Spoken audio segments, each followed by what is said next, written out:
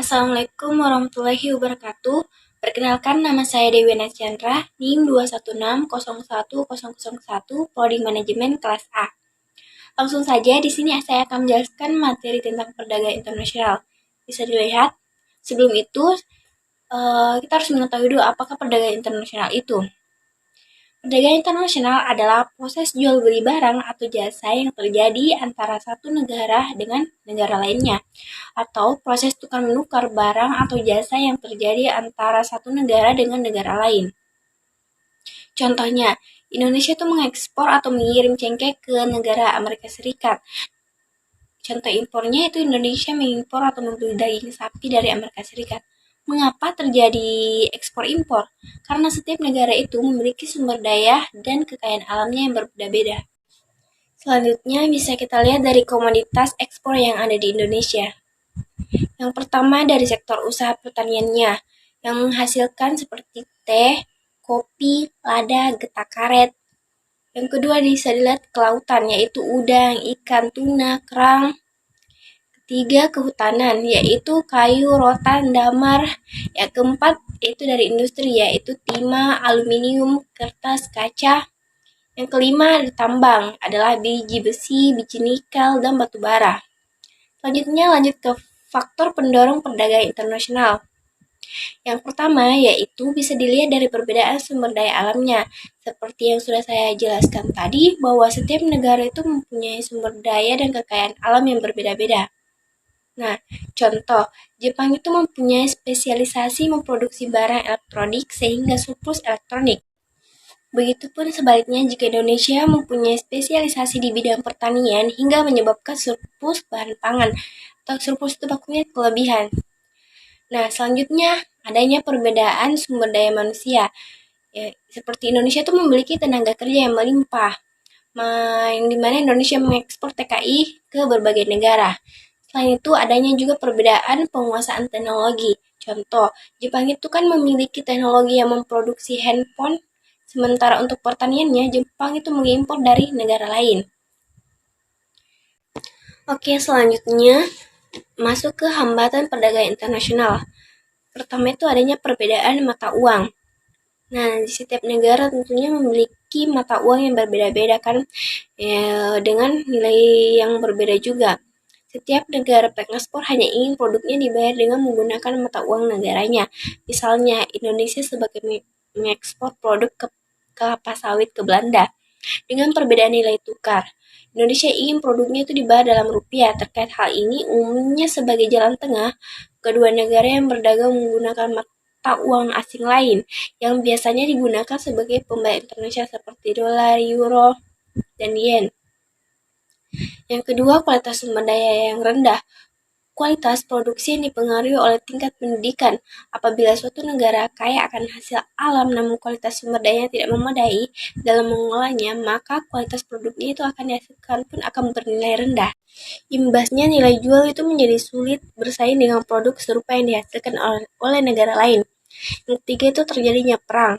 Konflik di suatu negara bisa menjadi salah satu pemicu dan penghambat perdagangan internasional. Misalnya adanya kerusuhan etis, demokrasi yang besar-besaran, peperangan, kudeta, dan sebagainya.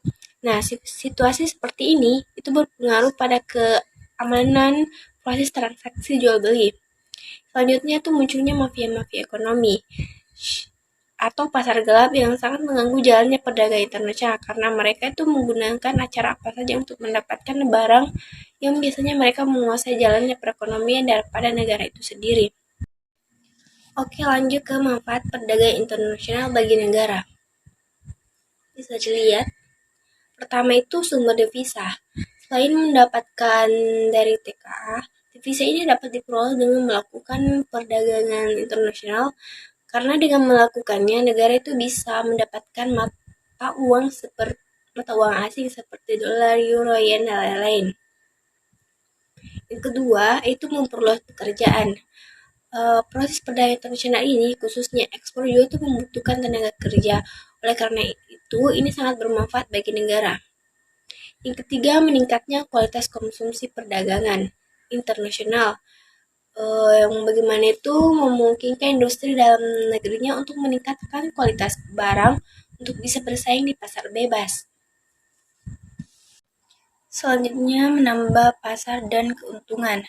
Nah, dengan adanya perdagangan internasional, suatu perusahaan itu tidak perlu takut jika ada kelebihan produksi barang atau jasanya itu karena bisa menjualnya di pasar internasional.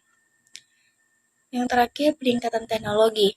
Nah, negara berkembang itu teknologinya tuh biasanya belum semaju dari negara lain karena dengan adanya perdagangan internasional memungkinkan untuk kita melakukan pelatihan sehingga dapat mengejar ketinggalannya teknologi dari suatu negara.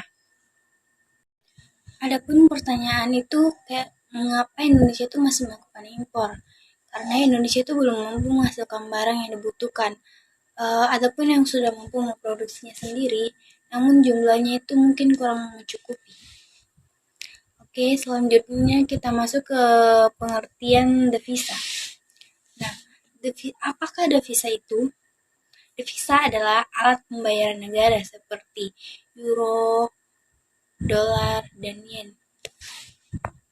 Oke, selanjutnya devisa itu terbagi atas dua. Ada devisa umum dan ada juga devisa kredit. Nah, kalau devisa umumnya itu devisa yang diperoleh dari penerimaan modal, ekspor maupun transfer. Nah, kalau devisa kredit itu ketika pemerintahan Indonesia itu melakukan pinjaman dari Bank Dunia.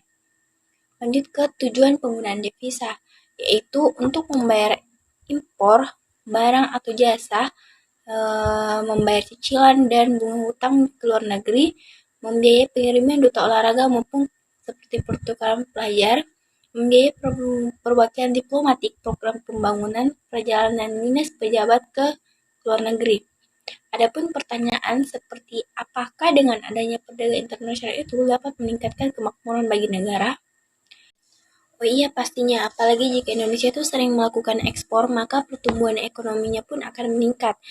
Adanya juga peningkatan devisa dan menambah lapangan pekerjaan.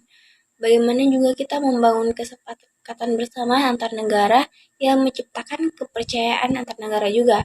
Contoh ekspornya itu seperti yang sudah saya jelaskan tadi, yang contohnya bahwa Indonesia itu mengekspor cengkeh ke negara Amerika Serikat. Begitupun dengan negara Amerika Serikat itu mengekspor daging sapi ke Indonesia. Mungkin hanya ini yang dapat saya sampaikan. Kurang lebihnya mohon dimaafkan. Wabillahi taufiq wal hidayah. Wassalamualaikum warahmatullahi wabarakatuh.